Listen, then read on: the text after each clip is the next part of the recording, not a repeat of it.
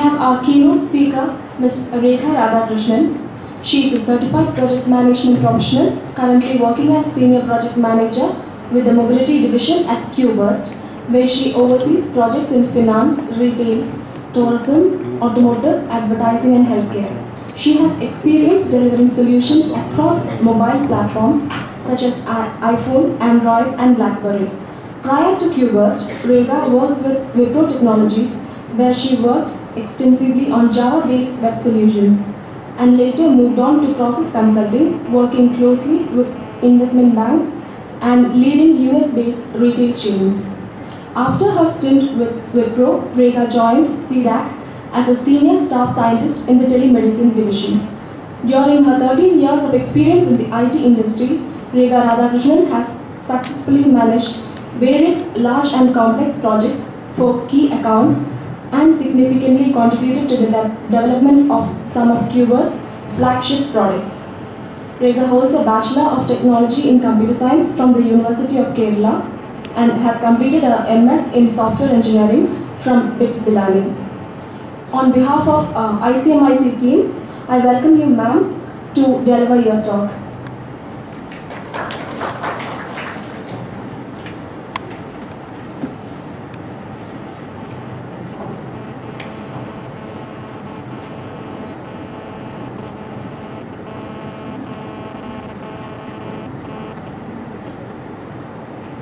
Good afternoon, everyone. It's my pleasure to be here, standing in front of all of you to talk about mobility in computing. For one, I've heard a lot about Mount Basilius, and this is the first time I'm coming here. And then, most importantly, mobility is something I deal with every day in my life, at work, at home. So, talking about it is, yes, it's fun. So, like Remini sir mentioned just before me, I mean, mobile is almost everywhere. I mean, what is it that we don't really do, without mobiles? So, I'll just go to the slide, mobile phones in daily life. And if you just look at a regular person, most of my team members, they are always, diligently checking in at every single restaurant or a resort that they go to. They are tweeting what their moods, they're, posting their photos and what they're doing in Facebook. So pretty much everything is known to everyone thanks to Facebook, Twitter and other options available on your mobile phone. And then, sending emails. Sending emails, you have people working 24/7 these days. You send a mail at, 12 or 1 in the night, you get a response in like 15 minutes because your mobile beeps as soon as you get a mail. You wake up even from your sleep and see if it's something important. Then if it is, you respond, or else you go back to sleep. Capturing pictures and videos. It has its dangerous sides, it has its good sides as well. And like Sir mentioned, browsing the net, pretty much everyone, I myself browse the net. I can't stop Googling something when I hear a new word on my mobile. And then map. Again, another interesting phenomenon I see, at work is even if it is a known route, they just can't help checking Google Maps to see if there's an easier way to reach there. And then streaming movies, listening to music, and finally we can say yes also to make a phone call once in a while. So that's, once we discuss this, the next thing is, okay, in the development front, what do we really do? QBurst actually has been around for 7+ years now. Started off with 6 people, now we are 700 plus. And we have a good portion of our revenue being generated from the mobile front itself. So just to briefly give you an idea about what we handle in our day-to-day life, the kind of projects and the nature of requests that we get from our clients. It's pretty much everything. To start with some high-profile projects that we've done, one is biometric identification. These are mainly for banking clients. Some of them restrict the transactions that can be done using your mobile phones to, a small amount, not very large. One of our customers actually wanted to go in the ranges, of thousands and 10,000s.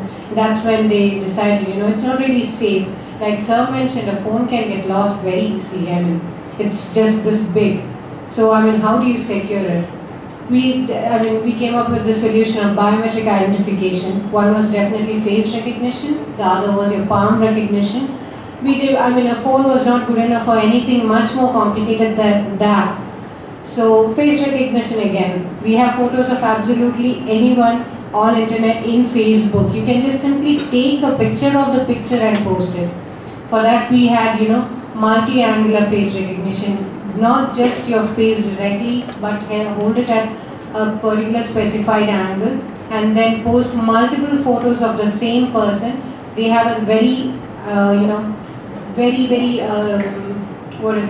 strong algorithm at their server that's going to read these images, make sure that this matches with the database that they have over there and confirm that yes, this is the right person. That was one way of doing their face recognition.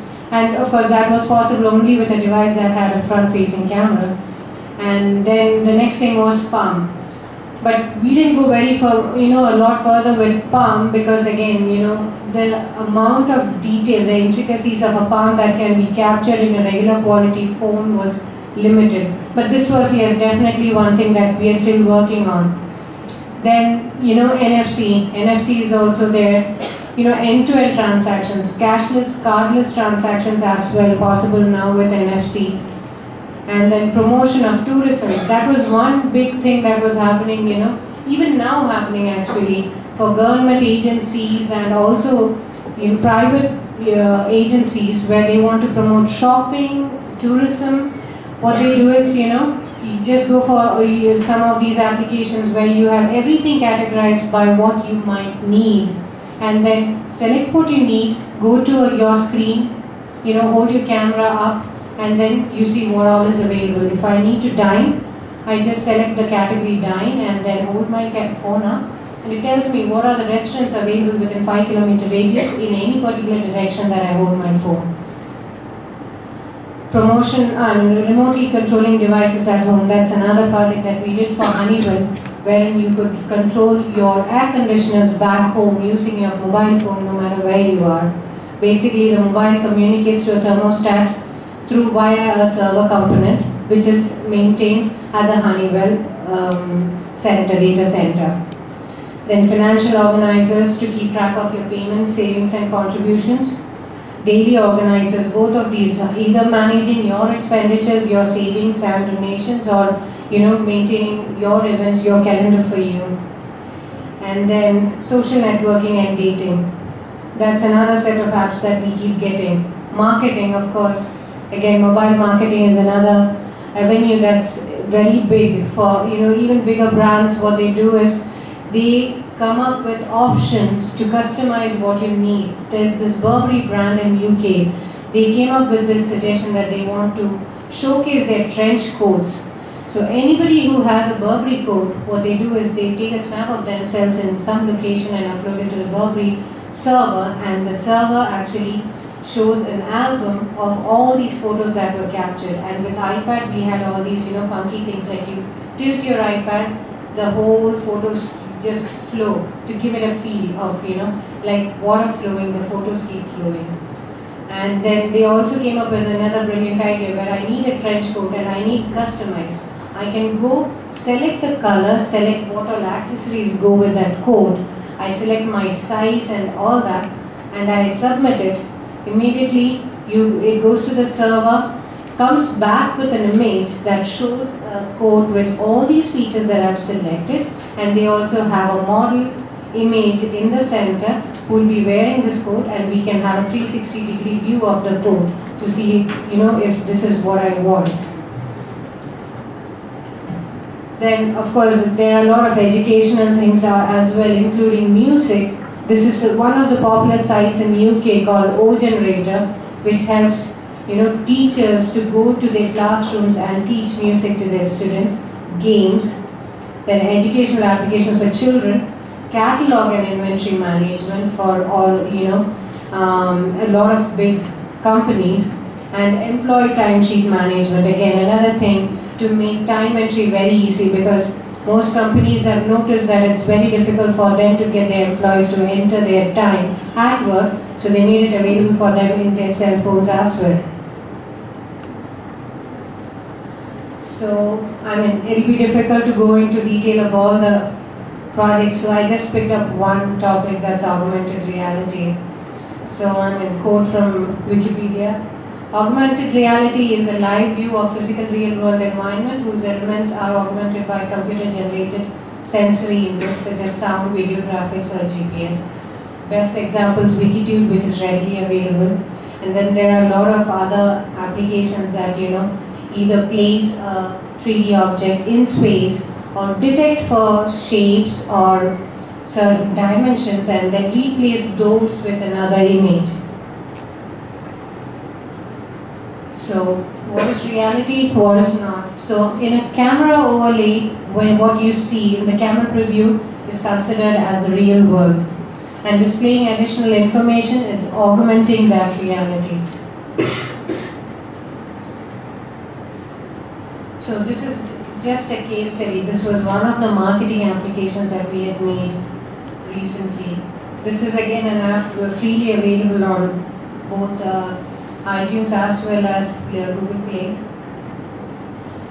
So this was for Peugeot, for their station wagon 508. So this is how the app goes. They had two models. You can choose one of those, and then you go to the dashboard. The dashboard there gives you 4 options. One is create your virtual 508. What it really means is you can place your 3D object in space and see it, and snap a picture if that's what you want to do with it. You can just rotate the car, you can just see above it. Only thing is we don't show that bottom part because it's a 3D object rendered on the camera view. So basically the under part is hollow. Now, this is the other option over there, the inside your 508. So inside your 508, actually this gives the person the driver's view of the car. It's as if you're sitting at the driver's seat and looking around the car. If you see, you have a lot of blue spots in there. The hot spots are primarily to give them a feel of how it's going to be. So if I tap on my ignition, what's going to happen is I can take a virtual test drive. This is how the virtual test drive is going to be. There's some element of gaming in this. I have 3 courses that I can choose from, and then once I've chosen, I just go on a drive. You can tilt your phone left or right. You can, go forward to increase the speed, hold it vertically to, make the car stop. And then this was the third option, customizing your car. So what Peugeot has done is they have given us the color panels in which this car is available. So that's what you see at the bottom. They're all the different colors. You can just swipe across, see the car in whatever color, rotate it in any angle and watch it. And then again, in the screen as well, you have a camera option where you can actually go and snap a picture. So this is how it will look. I actually have the application on my phone, but there's no way to project it for you. And then I can take a picture with it. So that's one way of using augmented reality and a portion of gaming as part of marketing. The other thing that's more commonly used, augmented reality is used in, is location-based augmented reality, where you actually give them more information regarding where they are right now. Good example is Wikitube. So for an application like Wikitube, what do we really need? We need places that we need to highlight in our application. That could be restaurants, that could be pubs, schools, colleges, it could be anything, offices for that matter, and any landmark for that matter. For each of these, these objects, what you'll also need is a longitude and latitude to locate it in real-time location. Altitude, why do you need an altitude for this? Suppose you're going to a big shopping mall, maybe Lulu Mall in Ernakulam, where you have so many stores all stacked up in one place. The lat long is not going to change, but the altitude for each of these shops is going to change. The biggest problem in projecting something like all the shops in Lulu Mall is the kind of clutter you're going to get on screen. You will have like 100 stores, all placed one over the other. How do you show that? And then definitely a building name to show which building you are showing on that. A category if it's applicable, like is it a restaurant? Is it a resort, an office? And any additional information like pictures, interiors, anything that you want to showcase about that place. So just took a picture of our web for Wikitude, and you can see how it just stands out.